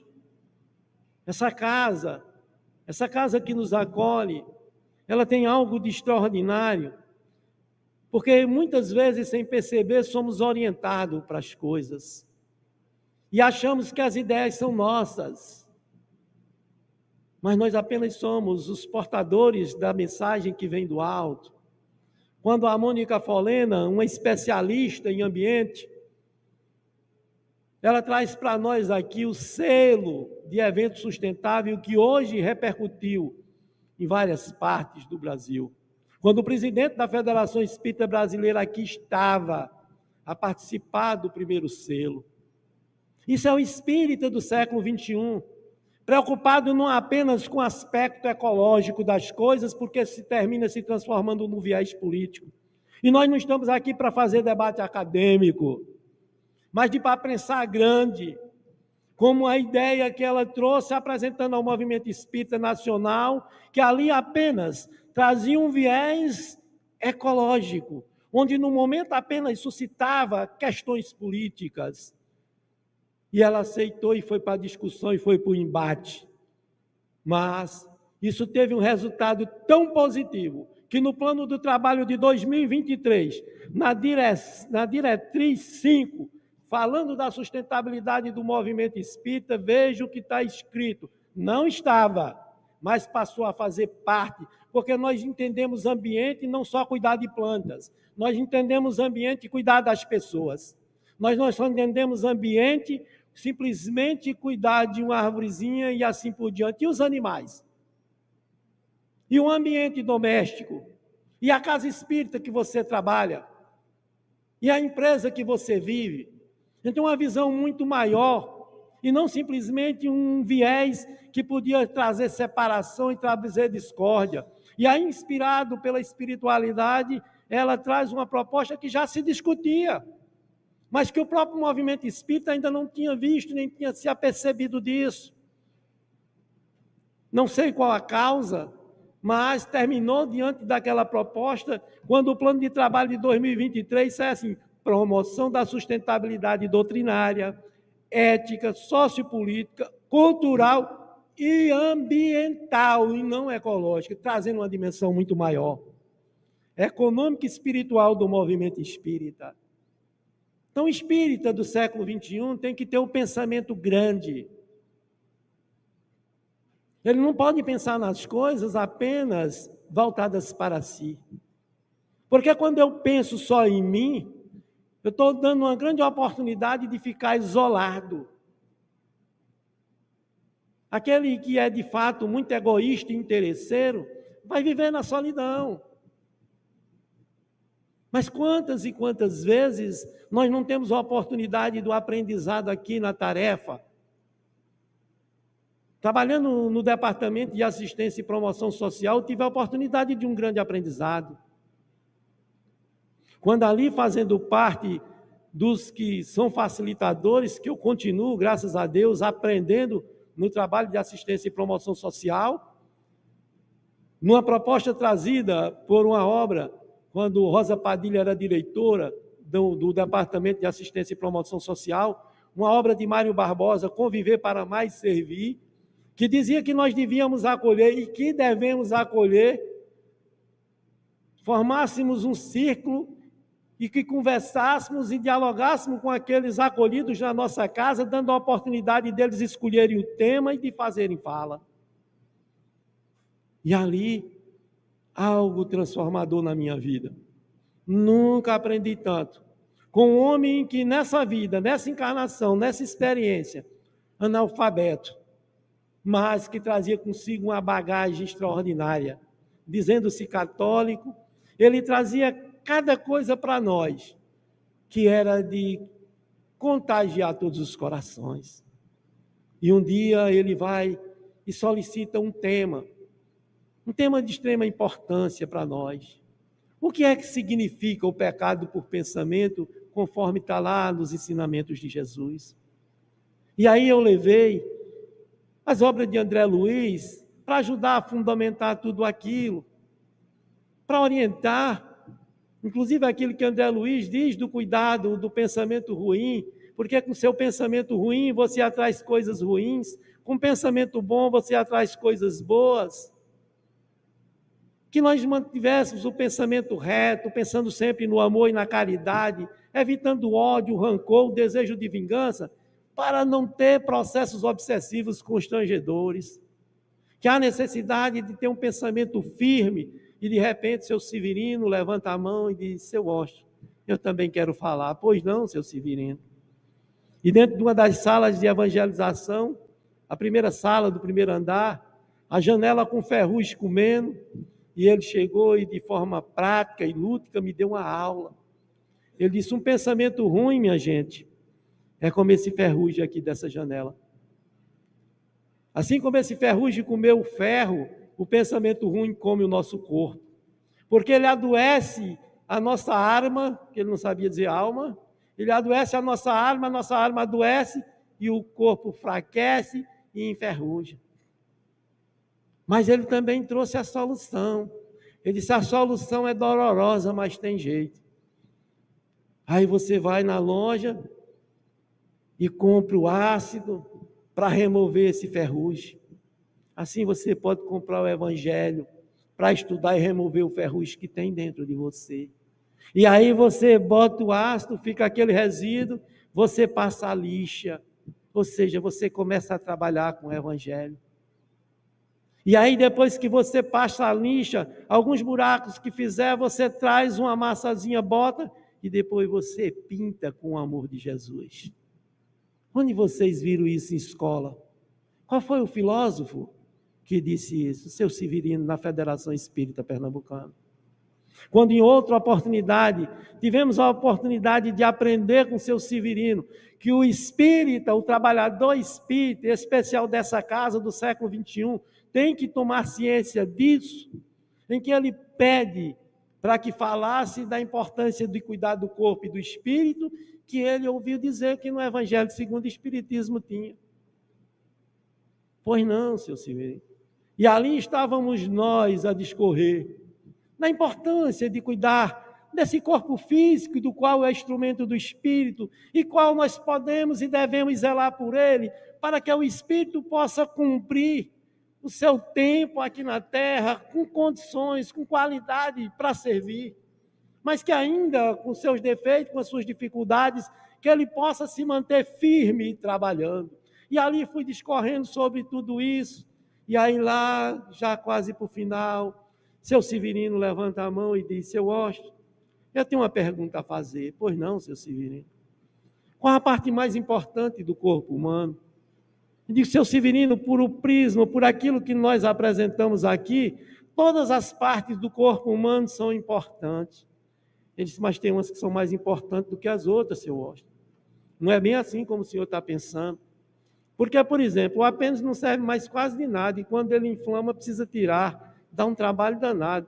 Talvez seja aquele orgulho que a gente insiste em manter dentro de nós, que precisa de uma cirurgia na alma. E ele diz: aí o senhor, por exemplo, pode tirar um rim e conviver com o outro. O senhor pode tirar um pedaço do fígado e regenerar. E ele foi trazendo as explicações, e eu fui ficando meio engessado ali pelas colocações de seu Severino. E aí eu fiz como Jesus fez com o doutor da lei. Quando o doutor da lei, Jesus devolve a pergunta a ele: o que é que está escrito na lei? E eu digo: seu Severino, então, para o senhor, qual é a parte mais importante? Ele disse: eu vou explicar. O povo diz que a parte mais importante é o coração, outros dizem que é o cérebro, mas eu vejo o povo dizendo que fulano está em morte cerebral, então ele não é mais importante. Mas, seu Severino, qual a parte mais importante? Ele disse: as mãos.